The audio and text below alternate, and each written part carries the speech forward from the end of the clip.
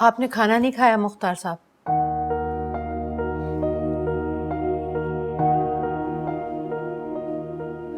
अरे उस बदतमीज लड़की की जुर्रत पर आपने खुद पर खाना पीना हराम कर लिया। मुझे तो आपकी खामोशी समझ में नहीं आई। कितनी गलत हरकत की है इसने। पहले फाइल चुरा ली, फिर उस लड़के को अपने बाप को बुला लिया और आपने उसे कुछ भी नहीं कहा। डांटते 2 थप्पड़ लगा। बस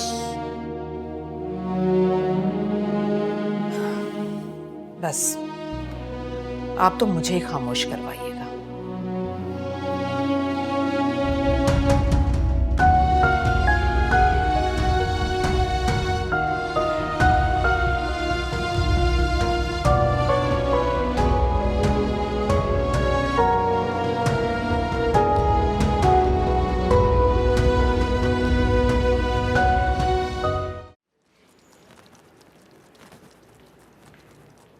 मुफरा, अस्सलाम वालेकुम तायब। सुनो,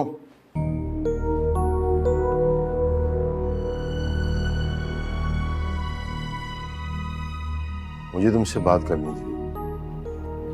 मुझे आपसे कोई बात नहीं करनी। अगर आप समझ रहे हैं कि मैं आपसे सॉरी कहूँगी और कहूँगी कि मैं अपने किए पर शर्मिंदा हूँ, तो ऐसा कुछ नहीं था। ऐसा कुछ कहना नहीं चाहता मैं। चेक देना चाह रहा था, फयाज को देना, आफिया के इलाज के काम आएगा।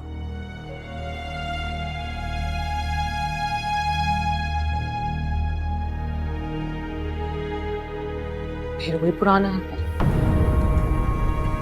करोड़ों की जायदाद, करोड़ों की जमीन, और आप ये 20 लाख का चेक देकर हम पे एहसान करना चाहते हैं। ताबू, मुझे एहसान तो नहीं चाहिए। मुझे मेरे बाप का हक चाहिए, वो हक जो शरीयत ने उन्हें दिया है। और आप मुझसे बड़े हैं, ज्यादा जानते हैं मुझसे। किसी हकदार को उसका हक ना देना और वारिस को उसका हक ना देने की क्या सजा है? कुछ तो पढ़ा ही होगा ना आपने। मैं सिर्फ ये चाहता हूँ कि आफिया का इलाज हो जाए। रहने दें तायब, मेरी माँ का इलाज भी हो जाएगा, आप फिक्र ना करें। मेरे बाप का दिल बहुत बड़ा है। मेरे पास कुछ ना होते हुए भी उन्होंने सब कुछ आपको दे दिया। और जिनके दिल बड़े होते हैं ना, उनकी अल्लाह गैब से मदद करता है।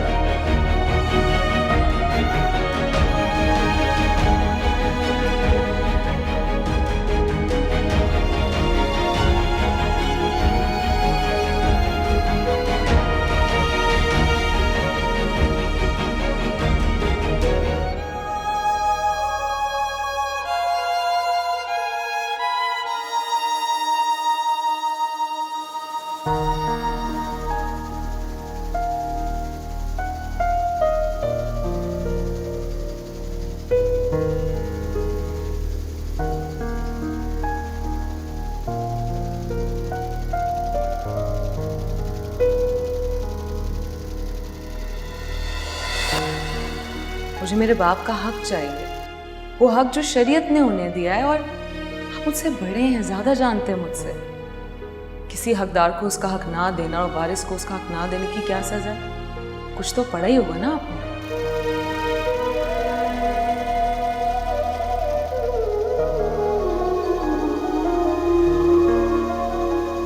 मेरे बाप का दिल बहुत बड़ा है। मेरे पास कुछ ना होते हुए भी उन्होंने सब कुछ आपको दे दिया। और जिनके दिल बड़े होते हैं ना, उनकी अल्लाह गैब से मदद करता है।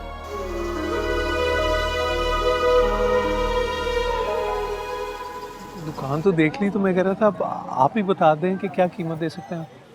आप मुझे अपनी डिमांड तो बता दें फयाज साहब।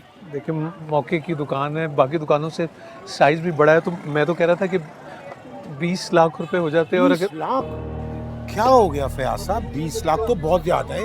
आपको पता है आजकल वैसे ही कारोबार में मंदी चल रही है। 20 लाख तो बहुत ज्यादा है। ठीक है, लेकिन ऐसी दुकान 50-60 लाख रुपए से कम की तो है ही नहीं। मुझे तो जरूरत। देखिए 20 लाख बहुत मुश्किल है, मैं 20 लाख नहीं दे सकता। मैं बहुत से बहुत आपको अगर दूंगा तो मैं 8 लाख तक दे सकता 8 लाख? हूँ। बिल्कुल मुनासिब है, आपको भी हालात का पता है।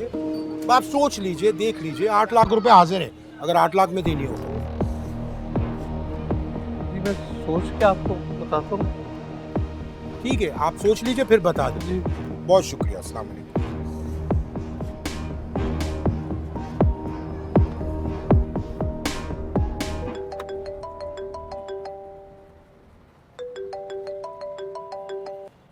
हेलो। जी मुख्तार साहब, क्या हाल है? हाँ मैं ठीक हूँ, तुम सुनाओ। बस मैं भी ठीक हूँ। वो आपके भाई फयाज अपनी दुकान बेच रहे हैं। अच्छा, क्यों, आपको नहीं बताया? वैसे तो सारे काम वो आपके मशवरे से ही करते हैं, आपको नहीं मालूम? हाँ उसने कुछ जिक्र तो किया था मुझसे, लेकिन मैं तो कहता हूँ कि आप खरीद लें, बहुत सस्ते दामों बेच रहा है। कितने की बेच रहा है? तकरीबन 50-60 लाख रुपए वाली दुकान सिर्फ 20 लाख रुपए में। और मजे की बात यह है कि उसे वो 20 लाख रुपए भी नहीं मिल रहे। आपको तो प्रॉपर्टी खरीदने का शौक है, अगर मेरे पास नक रकम होती ना, मैं जरूर ले लेता। मैं नहीं खरीद सकता। वैसे फयाज अपनी दुकान बेच क्यों रहे? चलो मैं जरा बिजी हूँ, फिर बात करूँगा।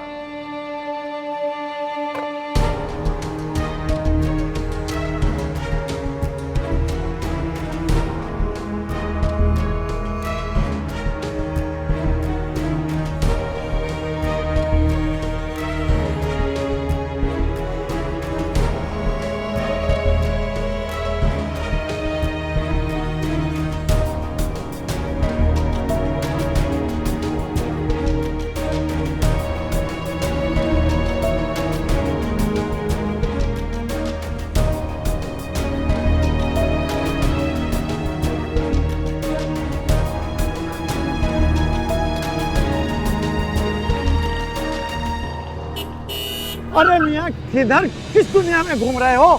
शुक्र करो बच गए। क्या पता हमारा वो रब तुमसे कौन सा नेक अमल, कौन सा अच्छा काम कराना चाहता है। मैं तो बहुत गुनाहगार इंसान हूँ। नहीं नहीं, आप अच्छे आदमी हैं। देखो मेरे भाई, दिल में आई कोई नेकी, कोई नेक अमल, पता है कितने गुनाहों का कफारा बन जाता है माशाल्लाह, है। और देखो अल्लाह ने तुम्हें ये मोहलत दी है, इस मोहलत को ज़ाया मत करना, कि मोहलत और वक्त बार बार नहीं मिलता मेरे भाई। अल्लाह तुम्हें अपनी हिफाजत में रखे, अल्लाह तुम्हें खैर से रखे, अपने खैर के साए में रखे।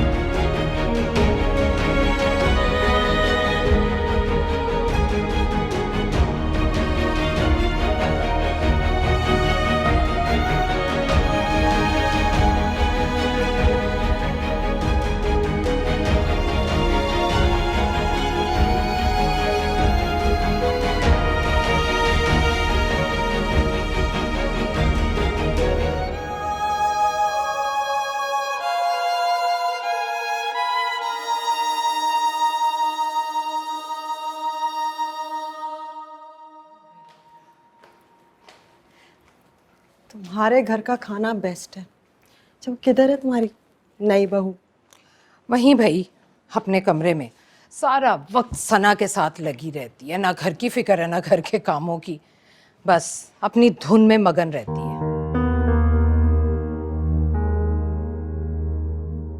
सच बोलूं, मुझे अब यहाँ आने से डर लगता है। क्यों भाई, तुम क्यों डरने लगी?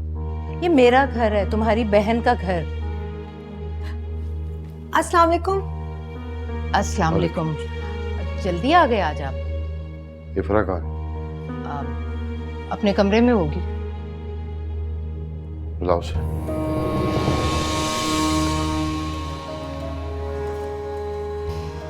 क्या कहना है आपने उसे? जो भी कहना है मुझे बताएं। मैं तो कहती हूँ 2-4 दिन के लिए उसे उसके माँ बाप के घर भिजवा दीजिए। सना को मैं संभाल लूंगी और तलाक का डरावा दीजिए उसे। क्या हो गया तुम्हें? जो मुंह में आया कहीं चली जाती हो। बुलाओ उसे। जी अच्छा, बुलाती हूँ। मैं यहाँ पर उनसे भेजो मेरे पास। जी। इतना गुस्सा किस बात का? इफ्रा की बदतमीजी पर। इस कदर हंगामा किया उस लड़की ने कि हमारे दादा की जायदाद में से बाप का हिस्सा क्यों नहीं। बात यहाँ तक पहुँच गई है, उसकी जुर्रत कैसे हुई? बहुत चालाक लड़की है ये। यहाँ तक कि मेरे राशिद को भी आगे लगा लिया उसने। तो तुम दोनों को क्या हो गया है? वो आधे छटांग की लड़की के सामने क्यों भीगी बिल्लियां बन गए हो? सना की वजह से बर्दाश्त कर रहे हैं मैं और मेरा बेटा उसे। साहब जाकर पूछो तो सही, क्यों बुला रहे हैं?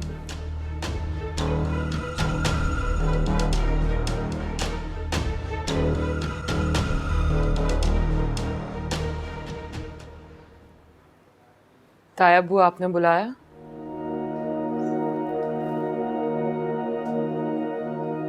हाँ।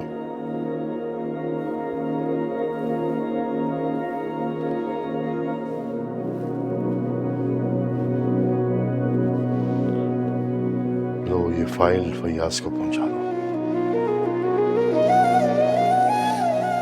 मैंने फैक्ट्री, जमीन, आबाई घर सब कुछ उसके नाम कर दिया।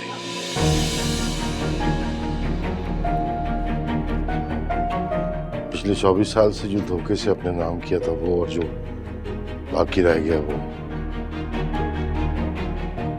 ये सब करके अपने गुनाहों की तलाफी करने की कोशिश की।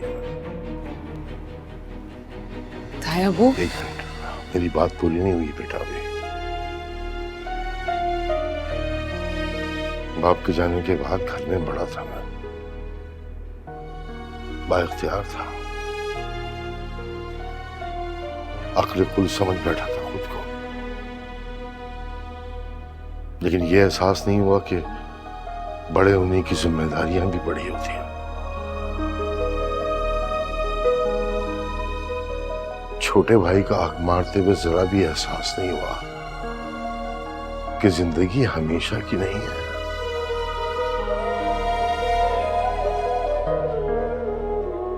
मरना भी होता है, मरने के बाद जवाब भी देना पड़ता है। मौत को इतने करीब से देखा तो पता चला कि मौत तो हर वक्त हमारे ताक़ुब में रहती है। बस उसी ने ये फैसला कर लिया कि सब हिसाब किताब सही करना होगा, ताकि आखिरत में भी हिसाब देने में आसानी हो। क्या बेटा, इससे पहले कि वो अपनी दुकान ना बेच दे, जाओ। जी।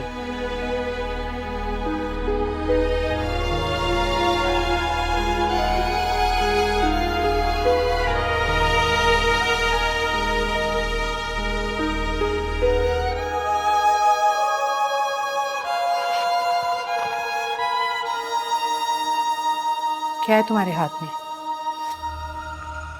ये फाइल कहाँ लेकर जा रही हो? कहीं फिर तो ये फाइल चोरी करने का इरादा नहीं है? इसका जवाब तो आपको ताया अब्बू देंगे। फिलहाल तो मैं अपने घर जा रही हूँ ताकि हकदार को उसका हक दे सकूं।